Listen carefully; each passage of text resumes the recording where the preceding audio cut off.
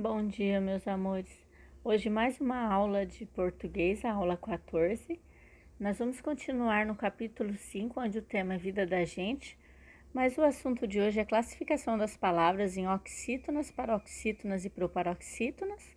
Depois veremos palavras com X, reescrita de crônica e atividades. Nós já estudamos a acentuação das palavras com apenas uma sílaba, as monossílabas. Agora vamos estudar as classificações das palavras com mais de uma sílaba, de acordo com a sílaba tônica, ou seja, a sílaba mais forte. Sabemos que as palavras que não são monossílabos tônicos possuem mais de uma sílaba, ou seja, possuem 2, 3, 4 ou mais sílabas.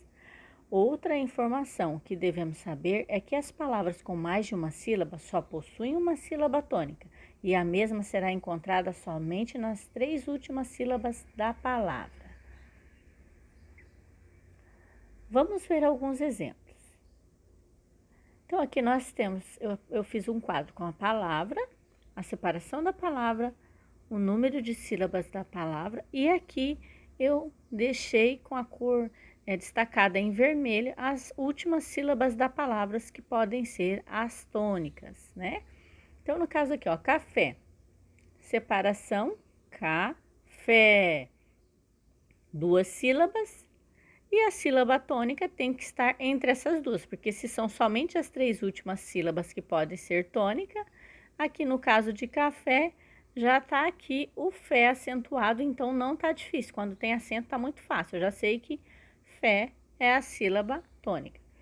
No caso de trânsito, tem a separação trânsito, 3 sílabas, né? Então, eu sei que uma das 3 últimas sílabas na regra tem que ser acentuada. E aqui no caso de trânsito também já está fácil, porque tem o acento, ó, trânsito. E quando essa sílaba está aqui nessa posição, ó, eu tenho 1, 2, 3. Quando ela está aqui e ela é a sílaba mais forte, então ela sempre será acentuada. Quando ela for essa daqui. Agora vamos ver a palavra Pernambuco. Olha a separação, Pernambuco, 4 sílabas. Então, qual é a sílaba mais forte de Pernambuco?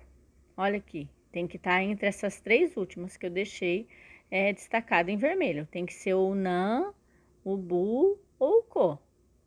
Opa, deu um bugou aqui, meu.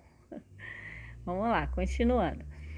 Aí, aqui no caso de paralelepípedo, eu tenho, olha quantas sílabas, 7 sílabas, mas eu sei que a sílaba tônica tem que estar entre as 3 últimas, aqui ó, entre essas 3 últimas.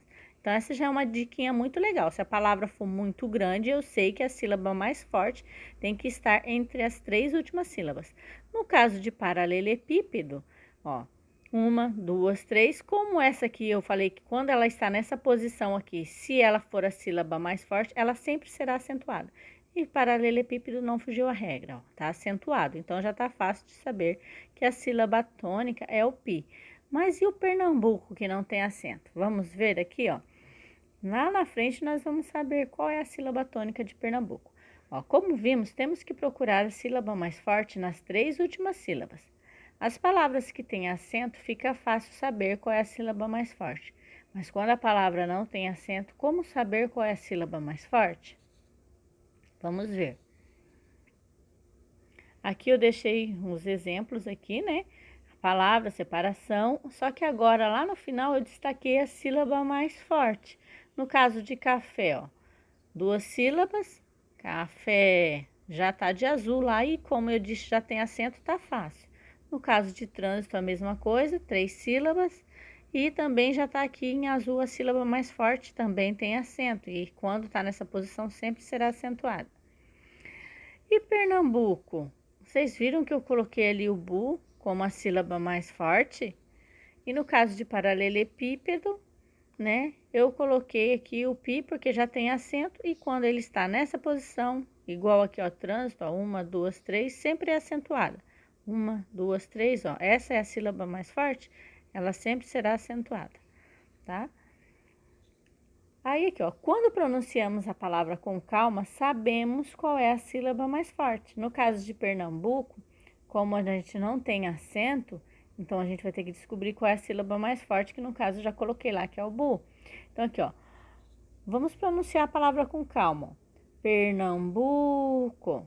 Viu que o bu se estendeu? Então, dessa maneira, eu descobri que o bu é a sílaba mais forte da palavra Pernambuco. Ou seja, o bu é a sílaba tônica. Vamos ver outra palavrinha, ó. Cebola. Então, eu sei que o bo é a sílaba mais forte, porque eu me estendi quando eu falei o bo. Ó, sílaba. No si eu me estendi. Mesmo tendo acento, eu me estendi quando eu falei si, né? Então, nós nos estendemos quando pronunciamos a sílaba tônica da palavra. Só que se eu falar assim, ó, Pernambuco, eu falei rápido, aí não deu para perceber. Tem gente que utiliza a regrinha que fala Pernambuco, né? Já sobe um tom, é a mais forte, cebola. Mas aí eu uso essa regrinha de falar com calma, ó, Pernambuco. Aí quando eu falo com calma e eu fico mais tempo aqui no bu, e no caso, cebola, sílaba. Aqui eu fico me estendendo, é a sílaba tônica. Eu utilizo essa regrinha, se vocês acharem interessante, podem usar também.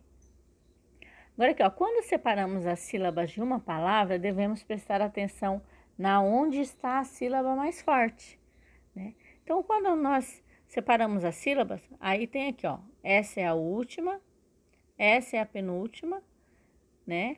Então, qual é a sílaba mais forte de café? No caso, é a última sílaba, que é o fé. Aí a palavra trânsito, ó.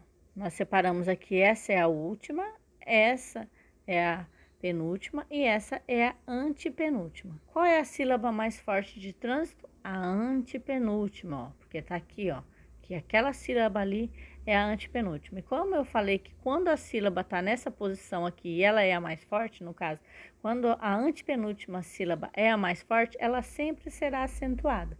Então, eu vou escrever a palavra, mas eu não tenho certeza. Se for essa aqui, a antepenúltima sílaba, quando você pensar lá na separação e ela é a sílaba mais forte, ela sempre será acentuada, tá? Agora aqui vamos continuar aqui. Ali eu deixei, né, as palavrinhas em cima e aqui, ó. Por que que a gente tem que saber a classificação? Se é a última, se é a penúltima, se é a antepenúltima, que é a sílaba mais forte? Pois as palavras são classificadas de acordo com a sílaba tônica. E para mim saber como vai ser classificada, se for essa ou essa, eu tenho que saber qual é a posição. Última, penúltima ou antepenúltima. Qual é a sílaba mais forte, né? Tá em que posição? Porque depois nós vamos classificá-las em oxítona, paroxítona ou proparoxítona. Vamos ver como? Aqui, ó, eu coloquei. Se a sílaba mais forte for a última, ela é oxítona, já coloquei ali. Se a sílaba mais forte for a penúltima, ela é paroxítona. E se for a antepenúltima, ela é proparoxítona. Aqui eu coloquei a classificação, né? E aqui eu separei a palavra. E já deixei ali escrito em cima, que assim a gente já vai saber se é a última e o que ela é. No caso de popular, ó. Popular. Então, o lar é a sílaba mais forte. É a última sílaba, então ela é oxítona e a classificação dela é oxítona. Então, popular é uma palavra oxítona, porque a sílaba mais forte é a última, tá vendo aqui? Vamos ver o caso de reciclando, ó, separei, reciclando. Qual que é a sílaba mais forte? A penúltima, né? Que é essa aqui em verde, a penúltima. Então, no caso, ela é uma palavra paroxítona, porque, ó, oxítona, paroxítona. Então, essa aqui, ela é paroxítona, porque a sílaba mais forte é a penúltima. Vamos ver o caso de depósito, ó. Depósito, ela é proparoxítona, por quê? A antepenúltima sílaba dela que é a mais forte, porque, ó, última, penúltima e antepenúltima. E na classificação, se fosse essa, seria oxítona, paroxítona, proparoxítona. Então, como ela está aqui, a antepenúltima sílaba que é a mais forte, então ela é proparoxítona. E aqui eu já classifiquei ela como proparoxítona. Deu para entender? Aqui eu coloquei mais uns exemplos, né, para ficar mais fácil também. No caso aqui, ó, coloquei algumas palavrinhas aqui, ó. Produzir. produzir, né? Qual que é a sílaba mais forte? Produzir. É o zir, né? E qual que é a classificação aqui? Começando daqui, ela é a última sílaba, né? Porque essa seria a penúltima e essa a antepenúltima. Então, se a última sílaba é a mais forte, começando daqui a classificação, oxítona, paroxítona, proparoxítona. Qual é a mais forte? É a penúltima, que então ela é classificada como oxítona. A última sílaba, oxítona. Vamos ver o caso de computador? Computador, ó, o dor é a última sílaba, então é oxítona. No caso de vizinho, ó, vizinho, qual sílaba que é? Ó, última, penúltima. A penúltima sílaba, então ela é paroxítona. Vizinho é uma palavra paroxítona. No caso de açúcar, é a penúltima. Então, ela é paroxítona também. E aqui já tá fácil porque o açúcar, no caso, ele veio acentuado. Ó. No caso, vizinho já não tem acento, mas açúcar já tem. Mas é a penúltima sílaba mais forte, então também é paroxítona. E no caso de máquina? Né, ó, máquina. Já tem acento aqui, então tá fácil. Ó. Oxítona, paroxítona, proparoxítona. Porque a antepenúltima sílaba, que é essa que está acentuada, ela é uma palavra proparoxítona. Mágica, a mesma coisa. Ó. A antepenúltima acentuada, ela é proparoxítona. E como eu disse, todas as palavras proparoxítonas são acentuadas. No caso, o que é uma palavra proparoxítona?